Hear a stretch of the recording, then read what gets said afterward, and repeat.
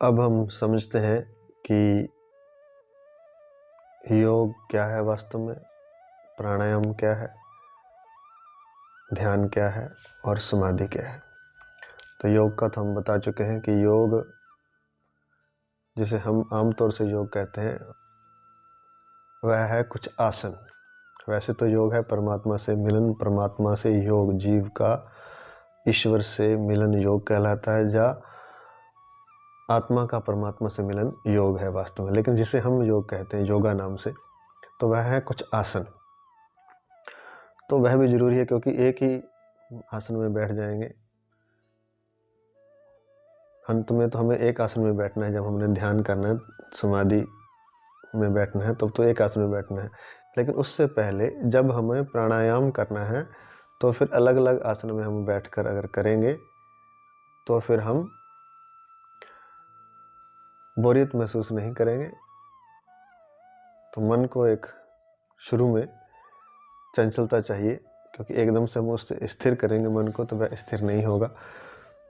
तो आसन जो है वह शुरुआत का योग कह सकते हैं, या योगासन कह सकते हैं। तो जिसमें अनेक प्रकार के आसन हैं, जो कि अनेक जगहों से लिए गए हैं, पशुओं से और कुछ आकृतियों से लिए गए हैं। तो ठीक है, वह तो है योग आसन। तो यह हो गया योग, जिसे योगा कहते हैं। वास्तविक योग परमात्मा से मिलन है, यह याद रखें। और शुरू में हम आसन चेंज करेंगे, मतलब योगासन करेंगे। लेकिन जब हम ध्यान में बैठना है, जब हमने, और जब समाधि में बैठना है, तो हम एक ही आसन में बैठेंगे, जिसके लिए महर्षि पतंजलि जी ने कहा है स्थिर सुखम आसनम। इसकी हम पतंजलि के अष्टांग योग में आगे चर्चा करेंगे। तो आसन हो गया। दूसरा है प्राणायाम। अब प्राणायाम वास्तव में क्या है, हालांकि इसमें भी बहुत गहराई में जाएंगे तो बहुत कुछ है, लेकिन थोड़ा मोटे तौर पर हम समझ लेते हैं।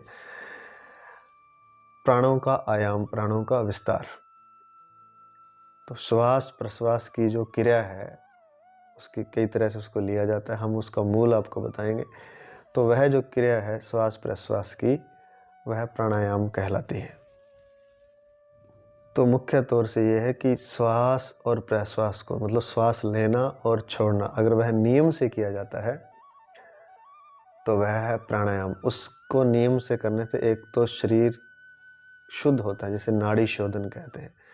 तो नाड़ियों का शोधन होता है, और जो नाड़ियों का शोधन होने से जो भीतर की हमारी ऊर्जा है, जो शक्ति है, वह उससे जगती है। लेकिन वह तभी जगती है जब हम श्वास प्रश्वास को, अर्थात श्वास लेना और छोड़ना एक विशेष विधि के तहत, एक विशेष क्रिया के तहत जब हम करते हैं, तब वह शक्ति जगती है और नाड़ियों का शोधन होता है। श्वास तो हम सारा दिन लेते हैं, रात को सोते हुए भी लेते हैं, लेकिन शक्ति तो नहीं जगती। हालांकि सोते हुए जब श्वास स्थिर हो जाता है, शिथिल हो जाता है, तो ऊर्जा हमें महसूस होती है। जो हम सुबह जब उठते हैं तब वह ऊर्जा उसी श्वास प्रश्वास के कारण होती है। क्योंकि श्वास और प्रश्वास पर, श्वास के आने जाने पर प्राण हमारा टिका हुआ है। जो प्राण है वह श्वास के ऊपर है, अर्थात श्वास रथ है, तो जो रथी है वह प्राण है।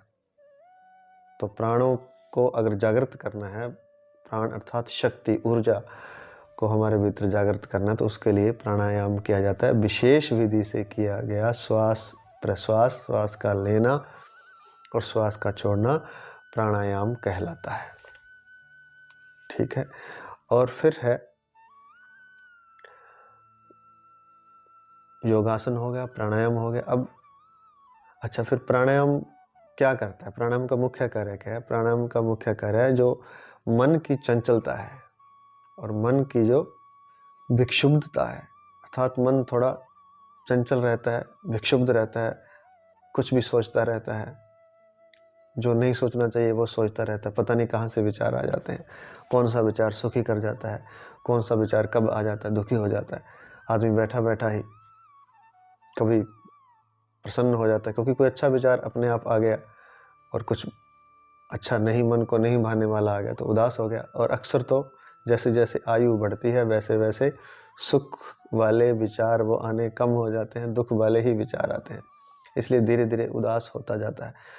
तो प्राणों की क्रिया से जब प्राणायाम करेंगे तो मन की चंचलता मिट जाएगी, मन शुद्ध हो जाएगा, और जब शुद्ध होगा तो आनंदित रहेगा, क्योंकि भीतर से आनंद वाले श्रेष्ठ सुंदर विचार अपने आप ही पैदा होंगे और उससे आनंद आएगा। यह प्राणायाम से बाद की बात है, लेकिन प्राणायाम करते हुए विचार आते ही नहीं हैं, विचार रुक जाते हैं, विचारों के रुकने की क्रिया शुरू हो जाती है। तो यह प्राणायाम जिससे कि मन की चंचलता को रोका जाता है, मन की विक्षुब्धता को रोका जाता है, या कहें कि मन की विक्षिप्तता को भी रोका जाता है। को भी नहीं, मन की विक्षिप्तता भी समाप्त हो जाती है अगर